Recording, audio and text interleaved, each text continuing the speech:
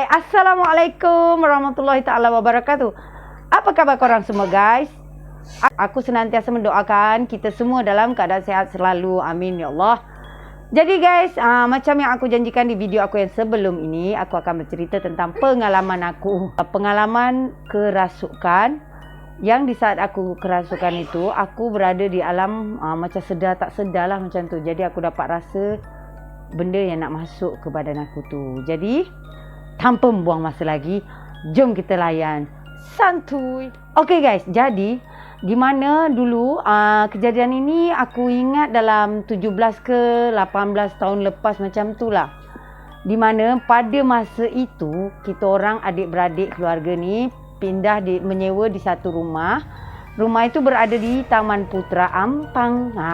Jadi mana warga-warga Taman Putra, aku mengucapkan salam kepada korang semua. Tapi rumahnya tu di tempat tinggal kita orang tu di mana tepatnya aku tak boleh bagi tahulah, okey. Jadi di mana rumah yang kami sewa tu adalah rumah teres. Rumah teres dempet-dempet lah macam tu dengan sederetan rumah-rumah teres lainnya. Dan rumah kita orang tu ada 3 bilik. Di depan rumah kita orang tu banyak pokok besar-besar tau. Jadi bila mana satu malam itu, kebiasaan aku dan kakak aku ni, kita orang suka melepak di Steven Corner. Mesti orang-orang Ampang dah biasa dengan Steven Corner. Siapa yang tak kenal Steven Corner kan, tempat lepak. Jadi bila kita orang dah lepak, minum-minum dekat sana, kita orang pun balik lah. Biasa macam balik lepas melepak dalam pukul 11, dekat-dekat pukul 12, kita orang baru balik rumah. Jadi pada malam itu, masa dekat dari Steven Corner tu, bila aku nak balik tu, perasaan aku pun dah macam lain tau. Di mana bila aku rasakan lain tu, aku rasa aku ni macam seram-seram juga nak cerita ni. Sebab pengalaman sendiri, lain rupanya kita cerita pengalaman sendiri dengan pengalaman orang. Jadi guys, di mana bila aku nak balik tu, aku dah mula rasa badan aku ni macam melayang-layang tau. Macam kita pening kepala, tapi dia bukan pening, dia macam melayang-layang. Aku ada bagi tahu dengan kakak aku. Jadi aku cakap, macam badan tak sedap lah. Itulah dia. Cepatlah balik. Jom balik. So, bila dia dah kata jom balik, seorang pun balik lah, naik kereta, balik. Sampai dekat depan rumah, kakak aku pun parking lah kereta dekat dengan pokok-pokok besar tadi tu. Memang dekat area kita orang tu tak ada parking khas. Tak ada parking yang special. Maksudnya tak ada parking yang dikhaskan untuk siapa. Kat mana-mana pun kita boleh parking. So kita orang parking lah dekat satu bawah pokok yang besar yang berdekatan dengan rumah kita orang, berapa langkah je lah macam tu. Kira-kira jarak dari parking tu ke rumah dalam 10 meter macam tu lah. Jadi di mana bila aku dah keluar kereta, aku jalan lah dulu. Aku jalan nak balik rumah. Sampai depan pagar kan biasalah rumah-rumah teres depan pagar tu macam ada besi-besi jeruji longkang kan, parit kecil, longkang kecil kat situ. Sampai kat situ, depan rumah tu, aku rasa nak muntah. Lepas tu aku muntah dekat parit tu. Bila aku muntah dekat parit, dekat longkang kecil tu, aku rasa kakak aku datang lah, gosok-gosok belakang aku ni, ketepuk-tepuk. Lepas tu aku cakap, tak tahulah, entah kenapa lah, tiba-tiba badan ni rasa macam tak sedap. Cakap dengan kakak aku macam tu. Lepas tu bila aku tegak, aku tengok kakak aku baru tweet, lock pintu kereta dia, berjalan ke arah aku. Jadi korang rasa siapa yang tepuk belakang aku? Jadi itu yang aku tiba-tiba tergamam lah. Bawa balik patah balik kereta ke? Aku tanya dengan kakak aku ni. Lepas tu kakak aku kata, tak adalah, kau kenapa? Muntah ke? Dia kata. Tapi tadi, okeylah masuk je lah. Cakap, masuklah. Dah sampai kat dalam rumah, barulah aku cerita dengan kakak aku. Aku cakap lah, Kak, kau nak tahu tak? Tadi masa aku muntah, aku ingat engkau tau, gosok-gosok belakang aku. Sumpah lah, aku cakap lah. Lepas tu kakak aku cakap, mana ada, aku tak ada gosok. Aku kan baru jalan dari kereta, gila engkau. Sumpah lah, aku tadi rasa macam ada orang gosok-gosok belakang aku. Aku muntah tadi tu, aku cakap. Lepas tu kakak aku berkeras mengatakan itu bukan dia. So, anggapan korang siapa yang menggosok belakang aku tu? Seram tak? Lepas tu nak jadikan cerita, aku pun masuklah ke bilik. Bila aku masuk kat bilik, aku lepak dengan kakak aku tu. Jadi aku nak naik ke atas katil tu, Korang tahu tak, kalau kita nak naik atas katil, didahului dengan lutut dulu, baru nak rebahkan badan. Tapi, tiba-tiba lutut aku ni tak sampai tau. Lutut aku ni terjerembab ke lantai. Jadi, kedua-dua lutut aku pun terjerembab. Jadi, aku menelungkup macam ni lah dekat katil tu.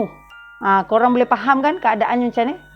So, aku kira macam menelungkup di katil tu dengan lutut di lantai. Dua-dua lutut di lantai. So, aku buat macam ni.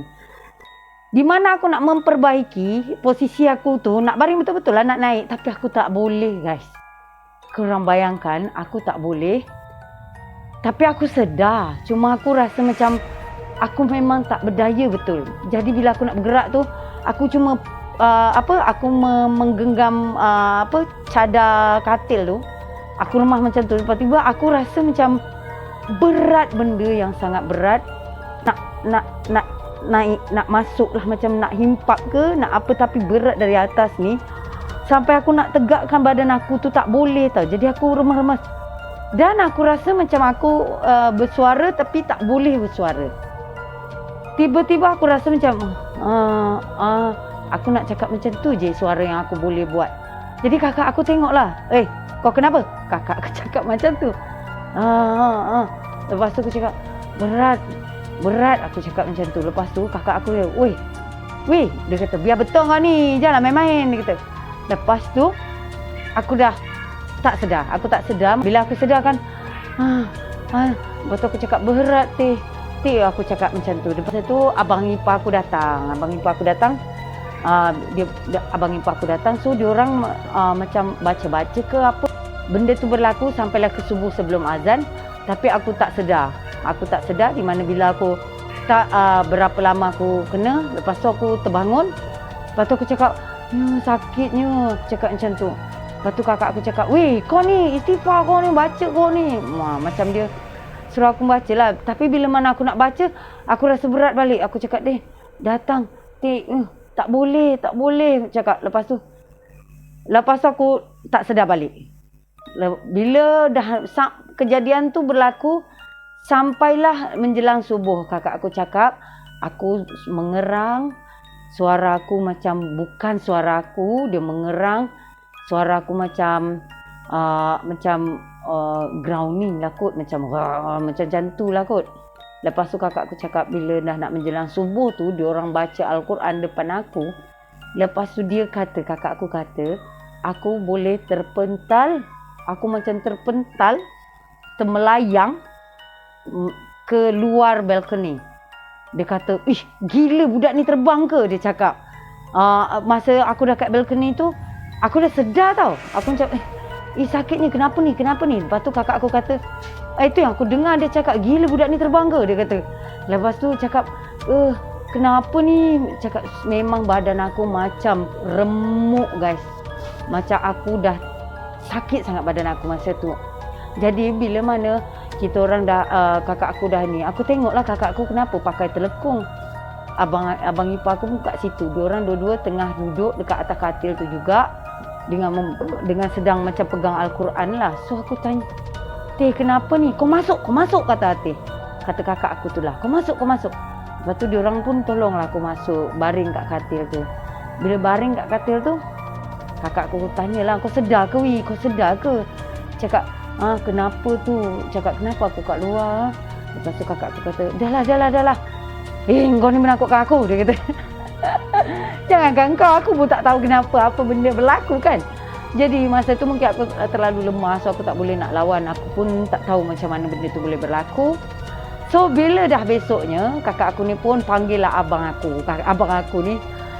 Tapi aku tak pastilah dia bercerita ke tak. Tapi abang aku ni macam relax je lah. Datang kat rumah abang aku ni, boleh dikatakan keras sikit orang yang buat benda-benda tu memang ni sikit lah, power sikit lah. So bila mana aku pun lemah gila hari tu, aku rasa macam nak demam seharian. So aku tak pergi kerja.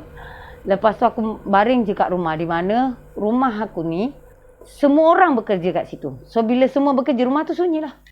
Jadi kebetulan kakak yang di atas aku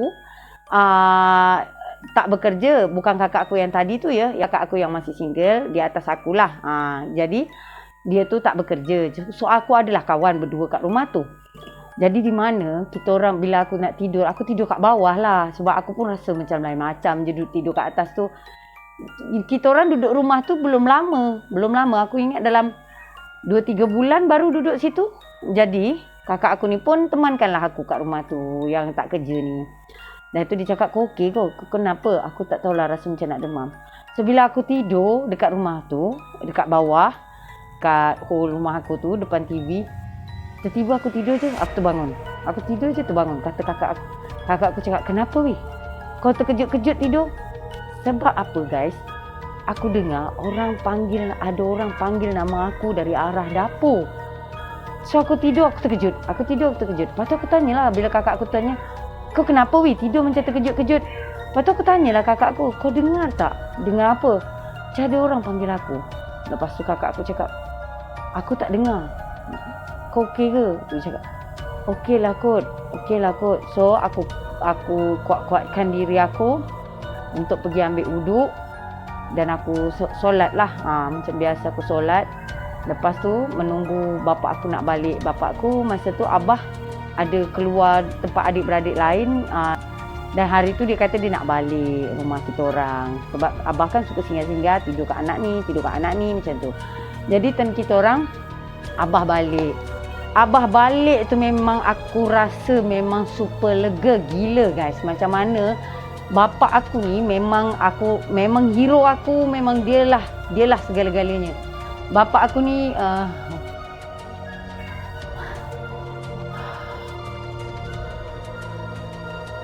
Bapak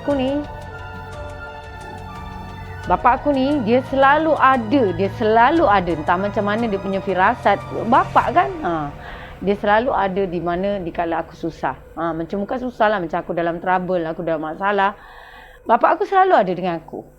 Aku tak tahu macam mana dia punya connection dengan aku. So tiba-tiba dia hari tu dia balik. Dia kata dia nak balik rumah kita orang lah. Lepas tu aku cakap, oh yelah, alhamdulillah abah balik.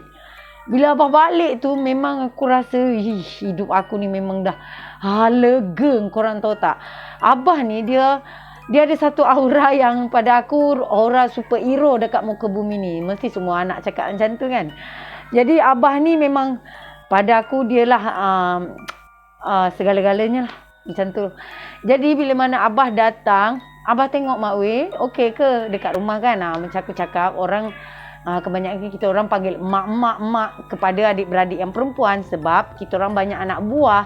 So pernah kita orang panggil nama je, anak buah tu pun semua ikut panggil nama. Awi, macam nama kakak aku, nama itu dia panggil nama je. So kita orang ubahlah tradisi tu dengan memanggil mak.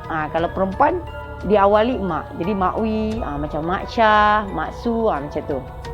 So bila mana abah aku balik, abah aku cakap lah, Mak Wi okey ke? Mak Wi kenapa? Demam ke nak? Dia cakap. Lepas tu aku cakap, badan Mak Wi tak sedap dari semalam abah. Dia cakap tak tahu kenapa. Lepas tu kita orang buat kopi. Bapak aku ni favourite dia kopi. Sama macam aku. So kita orang minum kopi. Lepas tu bapak aku ni pun dia macam mungkin terasa lah kan. Jadi dia ambilkannya air putih, air kosong. Dia baca-baca sikit dekat dalam, dia baca doa-doa lah dekat air tu, dia bagi kat aku. Korang tahu ajaibnya, aku boleh sihat, besoknya aku kerja terus. Jadi guys, itu adalah salah satu pengalaman aku yang paling aku rasa ada lagi sebenarnya. Banyak tapi aku rasa aku tak nak cerita dulu kot. Kita simpan untuk next punya episod, okay? So, jadi pada pengajaran dekat sini, memang masa muda tu aku akui lah, aku punya solat pun banyak yang biasalah lubang-lubang kan. Jadi itulah mungkin sebab kita punya kedekatan diri kita kepada Yang Maha Kuasa tu kurang, benda-benda macam tu senang nak ikut kita. Jadi apa pengajaran yang dekat sini, jangan keluar malam-malam sangat. Mungkin macam itulah. Jangan keluar malam-malam, lewat-lewat. Di luar sana kita tak tahu apa yang kita bawa balik, apa yang ikut kita. Dan yang paling penting apa? Kat dada tu kena penuh sikit, kena ada isi sikit. Biar kita tu jaga solat. Lagi bagus-bagusnya kita boleh jaga wuduk. Betul tak? Jadi untuk guys-guys semua, itulah cerita horror aku kali ini. yang boleh aku kongsikan dengan korang. Semoga dapat isi hari korang semua. Jadi, pada korang semua, aku berbesar hati kalau ada siapa-siapa yang ingin mengongsikan cerita-cerita atau pengalaman-pengalaman seram dekat aku. Korang boleh email aku dekat awikratos81@gmail.com. Jadi aku boleh bawakan cerita korang kat dalam channel aku.